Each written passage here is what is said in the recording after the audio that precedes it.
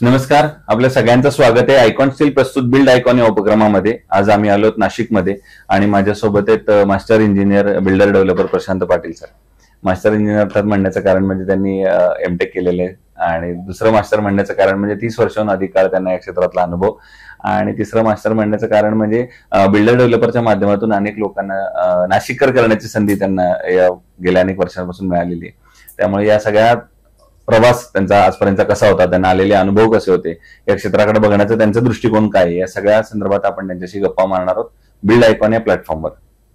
नमस्कार सर. नमस्कार. तर आपण गप्पांना अशी सुरुवात करूया, ते म्हणजे अगदी तुमच्या शालेय जीवनापासून, की शाळा कुठली होती, मग कॉलेज कुठलं होतं, आणि सगळ्यात महत्वाचं म्हणजे सिव्हिल इंजिनिअरिंग या क्षेत्रात येण्यामागचं प्रेरणास्थान कोण होतं, की ज्यांच्यामुळे खरं तर तुम्ही या क्षेत्राकडे वळालात. सो हा KG to PG असा सगळा प्रवास कसा होता, तर काय सांगाल? बरं, माझं शिक्षण तसं फार खेडेगावात झालेलं आहे. मी मराठी मीडियमचं आणि जिल्हा परिषदच्या शाळेत शिकलेलो आहे. जनरली बरेच म्हणतात की जिल्हा परिषदच्या शाळेतले म्हणजे जिल्हा परिषदच्या शाळेतले बरेच लोक पुढे जातात, गव्हर्नमेंट सर्वंट्स वगैरे. पण मी जिल्हा परिषद शाळेतून शिकून नंतर मी इंजिनिअरिंग केलं. संभाजीनगरला 2 वर्ष 11-12 केल्यानंतर माझा गव्हर्नमेंट इंजिनिअरिंग या प्रेस्टिजियस कॉलेजला COEP पुण्याला, तिथे COEP ला नंबर लागला. तर तिथेही माझं फर्स्ट इयर जे आहे ते खरं मेटलर्जीसाठी माझी ऍडमिशन झाली संभाजीनगरवरला. पण सिव्हिल इंजिनिअरिंगची प्रेरणा जी आहे ती माझा मोठा भाऊ पण जस्ट माझ्यापेक्षा 3 वर्षाने मोठा, तोही इंजिनिअरिंग करत होता आणि तो सिव्हिल इंजिनियरच होता. आणि कसं की खेडेगावामध्ये जनरली इंजिनियर म्हटलं बेसिकली की सिव्हिल इंजिनियर आणि मेकॅनिकल इंजिनियर ह्याच जास्त ब्रँचेस प्रचलित होत्या. त्यावेळेस तर खूपच हे होतं. आणि मलाही जेव्हा फर्स्ट इयरला जेव्हा मेटलर्जी मिळालं तर मेटलर्जी हे प्रथम मला माहितीच नव्हतं. पण मग गव्हर्नमेंट इंजिनिअरिंग कॉलेजला नंबर लागतोय आणि तिथे आपल्याला ऍडमिशन मिळते म्हणून, आणि जरा भावामुळे माहिती असल्यामुळे की सेकंड इयरला ब्रँच चेंज करता येते, मी सेकंड इयरला सिव्हिल ब्रँच चेंज करून घेतली. आणि ते माझा कॉन्फिडन्सही होता की मी सिव्हिल ब्रँच घेतल्यानंतर, civil branch actually metallurgy branch पेक्षा तसं पाहिलं तर लोअर ब्रँच होती त्यावेळेस सुद्धा आणि आता सुद्धा. पण ती माझ्या हिशोबाने सिव्हिल ब्रँच ही आताही अप्पर आहे आणि त्यावेळेसही अप्पर होती. आणि मी ते प्रूव्ह पण करून दाखवलं how the civil branch and civil engineering is more upper level than metallurgy. नक्कीच.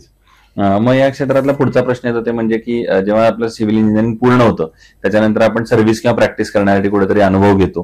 तो तुम्ही कुठं घेतलात, आणि त्याच्यानंतर स्वतः वैयक्तिकरित्या केलेला पहिला प्रोजेक्ट कुठला होता, तो करताना काही अडचणी आल्या का, कुणाच्या रेफरन्सनं तो प्रोजेक्ट मिळाला? माझं कसं झालं, मी एज्युकेशन वाईज जर म्हटलं तर मी संभाजीनगरला शिकलेलो आहे. नंतर 4 वर्ष पुण्याला COEP ला, आणि मूळ आहे जळगाव जिल्हा आणि कार्यक्षेत्र नाशिक. अरे वा. तर असं मला 3-4 सिटीजचं. तर मी पर्सनल स्वतः सुद्धा जरा याच्यामध्ये स्टडीड होतो. तर मला जेव्हा मी BE पासआउट झालो तर एक्झाम झाल्यानंतर पासआउट होण्याच्या अगोदरच मला पुण्यातही जॉब होता सिव्हिल इंजिनिअरिंगचाच, एका कुमार बिल्डर्स म्हणून प्रतिष्ठित बिल्डर्स, मंत्री बिल्डर्स, कुमारचे मंत्री बिल्डर्स, त्यामध्ये मी जॉबला मला लागलेला होता. पण मी त्यांना सांगितलं की मी 8 दिवस आपल्या नेहमीच्या स्टाईलने की मी जरा गावाकडे जाऊन येतो आणि 15 दिवसाने जॉईन होतो.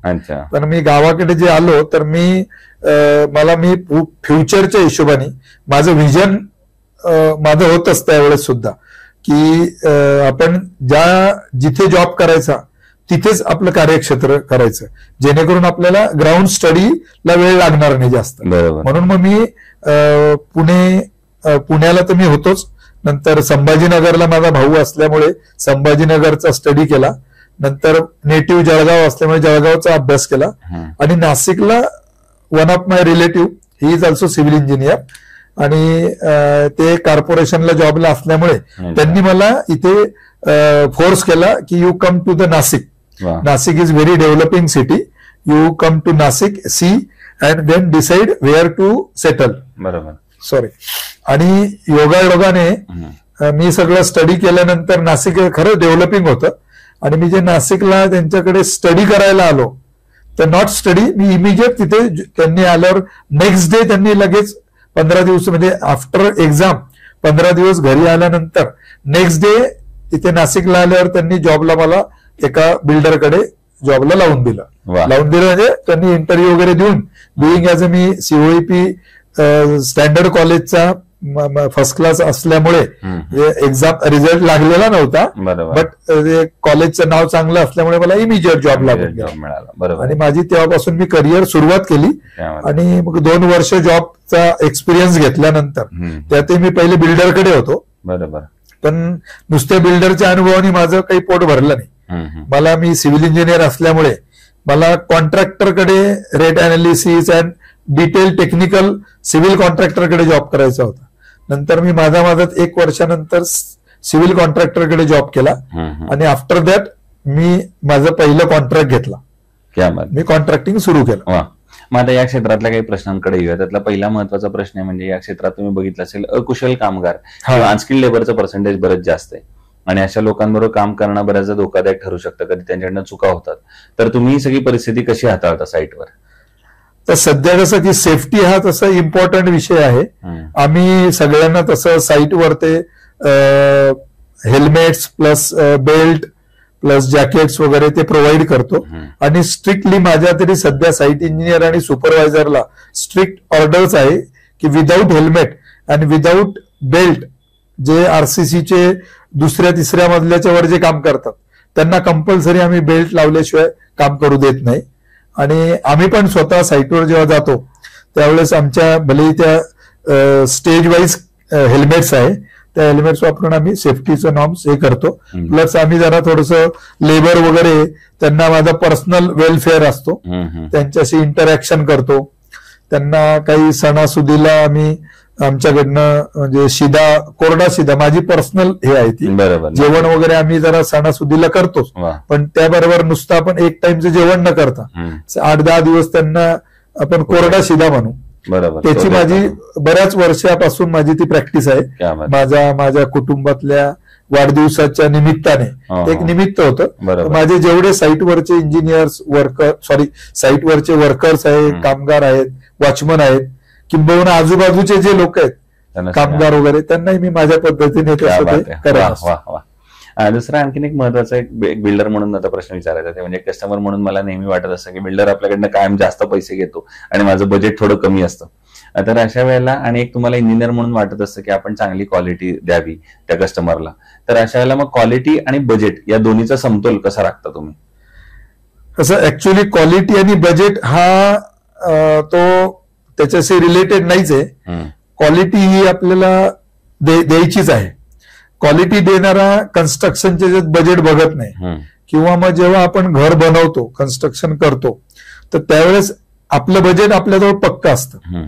त्यानंतर मग आपण क्लायंटला त्याच बजेटमध्ये कशी चांगली क्वालिटी देईल ते आपल्या हातात आहे. मग त्यातला भले आपला प्रॉफिट ऑफ मार्जिन जो आहे तो थोडा कमी झाला तरी चालेल. याच धर्तीवर मी आतापर्यंत 35 प्रोजेक्ट कंप्लीट केलेले आहेत. माझा पहिला बिल्डरशिपचा प्रोजेक्ट हा 95ला स्टार्ट झाला होता राणेनगर भागामध्ये आणि त्यानंतर आज तागायत मला आजपर्यंत मला कधीच मागे बघायची वेळ आलेली नाही. वा, क्या बात. मग आता आणखीन एक असा पुढे बघण्याचा प्रश्न आता एक विचारतो, कारण तुम्ही म्हणला त्याप्रमाणे की जसा तुम्ही हा सगळा प्रवास बघितलेला आहे ज्याच्यात तुम्हाला मागे वळून बघावं लागलं नाही, मात्र तसाच तुम्ही एक नाशिक जिल्ह्याचा पण एक प्रवास बघितलाय. तर त्याच्या संदर्भातला प्रश्न आहे की नाशिक जिल्ह्याच्या विकासाचं विजन जर तुम्हाला विचारलं एक इंजिनियर म्हणून आणि एक बिल्डर डेव्हलपर म्हणून, तर तुमच्या डोळ्यासमोर आता कुठले मुद्दे किंवा कुठली क्षेत्र येतात ज्या क्षेत्रावर आता प्रशासनानं काम करावं असं तुम्हाला वाटतं, जेणेकरून येणाऱ्या 15-20 वर्षामध्ये एक बदलतं नाशिक आपण बघू शकतो? नाशिक तसं ऑलरेडी डेव्हलपिंग सिटी आहे आणि सध्या सुद्धा नाशिकला जी डेव्हलपमेंट चालू आहे ही वास्ट डेव्हलपमेंट आहे. त्यातल्या आता एक पुढील 5 ते 10 वर्षात नाशिकला वेगवेगळे प्रोजेक्ट्स म्हणजे इंडस्ट्रीयल ग्रोथ आहे, IT पार्क येऊ घातलेला आहे. त्यातल्या आता लेटेस्ट म्हणजे 2 वर्षामध्ये इथे सिंहस्थाचा प्रोजेक्ट आहे, सिंहस्थाचे काम आहेत. त्यामुळे नाशिकला ऑलरेडी नाशिक डिस्ट्रिक्टला डेव्हलपमेंट आहेच. आणि प्लस आता इथून नाशिकवरनं एक साधारणतः 150 किलोमीटरवरती एक वाढवण म्हणून एक प्रोजेक्ट आहे, आपल्या सगळ्यांना माहितीच आहे. तर तो प्रोजेक्ट जवळजवळ मोदी सरकारचा महत्वाकांक्षी प्रोजेक्ट आहे, तर तो प्रोजेक्ट 5 वर्षामध्ये कम्प्लीट होणार असं त्यांनी कम्प्लीट सांगितलेलं आहे आणि ते करतीलच. तर त्या हिशोबाने सुद्धा नाशिकला चांगली डेव्हलपमेंट आहे. नाशिकला इन्फ्रास्ट्रक्चरचं अजूनही डेव्हलपमेंट ची रिक्वायरमेंट आहे. त्या वाढवण बंदरामुळे जी तिथलं जे कन्स्ट्रक्शन होईल, तिथे जी डेव्हलपमेंट होईल, त्याचे एम्प्लॉयमेंट जी आहे ती नाशिक पासून पण होईल. नाशिकला लोक राहतील आणि तिथे काम करतील. आणि नाशिक टू ते समृद्धी हायवे आहे, ती कनेक्टिव्हिटी चांगली राहील. पण मग आता प्रशासनानं काय पावलं उचलली पाहिजेत असं तुम्हाला वाटतं? प्रशासनाने ऍक्च्युअली खरं इथलं नाशिक महानगरपालिका आहे, तर PWD डिपार्टमेंट आहे. नाशिक महानगरपालिकेने खरं इथले रस्ते आणि स्वच्छता प्लस जे खड्डे वगैरे असतात ते आणि कचरा वगैरे याच्यावर म्हणजे सेफ्टीच्या हिशोबाने आणि स्वच्छतेच्या हिशोबाने जरा स्ट्रिक्ट जर राहिलं तर होऊ शकतं. वन कमिशनर और वन इंजिनियर, सिटी इंजिनियर वगैरे सुद्धा जर त्यांनी ठरवलं नाशिकला की मला क्लीन सिटी आणि चांगलं स्वच्छ सिटी प्लस बेस्ट सिटी बनवायचंय तर बनवू शकतो. प्रशासनाने याच्यामध्ये स्पेशली जर जास्त लक्ष घातलं आणि जर मनात ठाणलं तर या 2 वर्षात सिंहस्थाच्या का रूपाने होईना नाशिकला अजून ते स्वच्छ करू शकतात. आणि जे नाशिकचं आपलं मे बी महाराष्ट्रामध्ये 10वा नंबर आहे, तो माझ्या हिशोबाने तर पहिला नंबर यावा असं होऊ शकतं. फक्त महत्वाकांक्षा महानगरपालिका म्हणा, सरकारची पाहिजे, गव्हर्नमेंट ऑफिसरची पाहिजे. आता एक खरा अवघड प्रश्न येते, म्हणजे आजपर्यंत शेकडो प्रोजेक्ट केल्यानंतर त्यातला एकच प्रोजेक्ट जर निवडायची वेळ आली, जो तुमचा आयकॉनिक प्रोजेक्ट आहे, तर तो प्रोजेक्ट कुठला असेल आणि त्याचे काय वैशिष्ट्य सांगा? माझा आयकॉनिक प्रोजेक्ट आहे प्रभूज अटलांटिस. त्यामध्ये मी जवळजवळ 250 फ्लॅट्स आणि 40 कमर्शियल युनिट्स होते. तो मी महत्वाकांक्षी प्रोजेक्ट होता, तो मी सक्सेसफुली कंप्लीट केला, सक्सेसफुली हँडओव्हर केलेला आहे कधीचाच. आणि त्या प्रोजेक्टचे वैशिष्ट्य म्हणजे त्यावेळेस माझं सिटीमध्ये 14 मजली 2014 साली 14 मजली हा सगळ्यात उंच प्रोजेक्ट होता आणि विथ गुड अम्युनिटीज त्याच्यामध्ये होता. त्यात मी कन्सल्टंट आणि वेगवेगळे प्लंबिंग कन्सल्टंट पासून electrical consultant, structural consultant, architectural हे तर असतंच, पण प्लंबिंग MEP वगैरे लावून मी तो चांगला प्रोजेक्ट केलेला होता. आणि आजही तिथे सर्व लोक एकदम गुण्या गोविंदाने एकदम हॅपीली राहत आहेत. आणि तो 2021-22 लाच मी हँडओव्हर करून तो 100% परफेक्ट कम्प्लीट केलेला आहे. वा. आणि असा एखादा प्रोजेक्ट जो करताना काहीतरी अडचणी आल्या, आव्हानं आली आणि त्या आव्हानावर तुम्ही कशी मात केली, असा एखादा प्रसंग आठवतोय का? म्हणजे कधी ब्लॅक कॉटन सॉइलचा असेल, कधी नैसर्गिक काहीतरी अडचण असेल, कधी लेबर, कधी टेक्नॉलॉजी, कुठली अडचण अशी? माझं एक 2010 साली डबल बेसमेंटचा प्रोजेक्ट होता. त्यावेळेस जनरली म्हणजे सिंगल बेसमेंट करायचे, पण माझा जरा तो प्रोजेक्ट 100% कमर्शियल असल्यामुळे पार्किंग आणि त्या इश्यूमुळे मी डबल बेसमेंटचा प्रोजेक्ट केला. तर त्यामध्ये मला जरा तिथे ब्लॅक कॉटन वगैरे नव्हती, परंतु जेव्हा एक्सकव्हेशन स्टार्ट केलं तर तिथे पाण्याचं खूप, नाशिकला पाणी खूप आहे. नाशिकला 15 फुटावरच पाणी, 10-12 फुटावर पाणी. तर पाण्याचा मला अगदी म्हणजे खूप तिथे त्यावेळेस खूप त्रास झाला की मला असं वाटलं होतं की कुठून हे डबल बेसमेंट घेतलं. पण त्यावर सुद्धा मग मी जरा थोडीशी टेक्नॉलॉजी वापरून आणि जरा एक्सपर्टाईजचं कन्सल्ट करून मी ते सगळं त्याचं क्लीन वगैरे करून डबल बेसमेंट चांगलं वॉटरप्रूफिंग करून आजही तो प्रोजेक्ट व्यवस्थित फुल्ली वॉटरप्रूफ प्रोजेक्ट आहे. वा, या बात. दुसरं, कन्स्ट्रक्शन मध्ये जेव्हा स्टील निवडण्याची वेळ येते तेव्हा तुम्ही काय पॅरामीटर साधारणपणे बघता आणि मग ठरवता की स्टील चांगलं आहे, वापरलं पाहिजे? स्टीलचं तसं मी स्वतः सिव्हिल इंजिनियर आहे, तर त्याची डक्टिलिटी म्हणा, त्याची स्ट्रेंथ आणि तसं ते स्ट्रक्चरल इंजिनियर वर ते सोडतो. शक्यतो स्ट्रक्चरल इंजिनियरच्या सल्ल्यानेच आम्ही ते स्टीलचं हे करतो. पण आपल्याला मार्केटमध्ये जेव्हा हे करायचंय त्यावेळेस त्याचं ते फ्लेक्झिबिलिटी, डक्टिलिटी प्लस अवेलेबिलिटी आणि सर्व्हिस सुद्धा, कंपनीची सर्व्हिस कशी आहे, त्या कंपनीचे एम्प्लॉयमेंटचे आपल्याशी बिल्डरशी रिलेशन कसे, त्यावरही थोडा फरक पडतो. नक्कीच. मग आयकॉन स्टील तुम्ही यापूर्वी वापरलंय का कधी कुठला प्रोजेक्ट? आयकॉन स्टील मी वापरलेला आहे ना, यापूर्वी 2-3 प्रोजेक्टला वापरलेला आहे. आताही मी मधून आयकॉन स्टील रिक्वायरमेंट प्रमाणे वापरतो. जे मग त्यांच्या सर्व्हिस डिलिव्हरी अवेलेबिलिटी बद्दल काय सांगाल? सर्व्हिस डिलिव्हरी सध्याच्या पिरियडला जरा मी एक 1.5-2 वर्ष झाले मी स्वतः या परचेसिंग आणि त्याच्यात मी बघत नाही.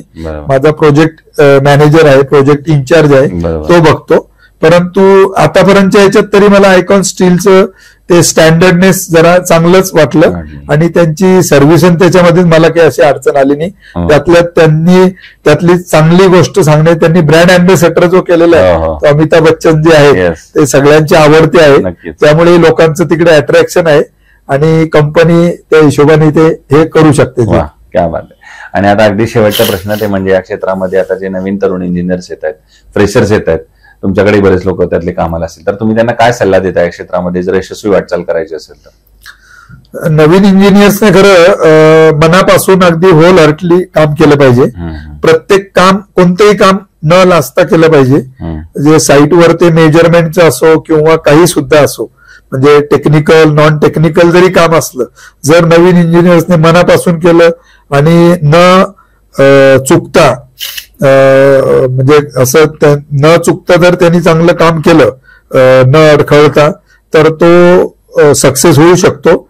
आणि माझ्याकडे बरेच साईटवर ते हे इंजिनियर्स येतात, आपलं इंटर्नशिप वाले वगैरे कॉलेजेसचे मुलं येतात, त्यांना मी बरेच वेळेस शिकवतो चांगलं जे येते. आणि स्ट्रक्चरल याच्यामध्ये त्यांनी जर सुरुवातीपासून चांगलं लक्ष दिलं तर नवीन इंजिनियर्सने एक करायला पाहिजे की त्यांनी एक प्रोजेक्टवर ते जेव्हा जॉब केला, तो प्रोजेक्ट पूर्ण स्टार्ट टू एंड अगदी हँडओव्हर पर्यंत तिथे कम्प्लीट राहिलं पाहिजे, जेणेकरून त्याला पर्सनल सुद्धा स्वतः सुद्धा त्या प्रोजेक्टचा अनुभव चांगला येतो. त्यातल्या त्यात त्या बिल्डरला सुद्धा एकच इंजिनियर शेवटपर्यंत असल्यामुळे त्यालाही त्रास होत नाही. सो हे होते इंजिनियर आणि builder developer Prashant Patil sir. आणि त्यांनी सांगितलं त्याप्रमाणे की जे काम कराल ते होल हार्टेडली करा, त्याचे 100% देण्याचा प्रयत्न करा. आणि जेव्हा तुम्ही असं 100% द्याल तेव्हाच तो प्रोजेक्ट चांगला यशस्वी होईल. स्टार्ट टू एंड प्रत्येक प्रोसेस लक्षात घ्या, प्रॅक्टिकल अनुभव घ्या, तुम्ही या क्षेत्रामध्ये नक्की यशस्वी व्हाल. पुन्हा एकदा सर आपले मनापासून आभार की तुम्ही आलात आणि भविष्यात सुद्धा असे उत्तमोत्तम आयकॉनिक प्रोजेक्टची निर्मिती आपल्या हातून घडावी याच आयकॉन स्टील तर्फे मनपूर्वक शुभेच्छा. Thank you very much. धन्यवाद.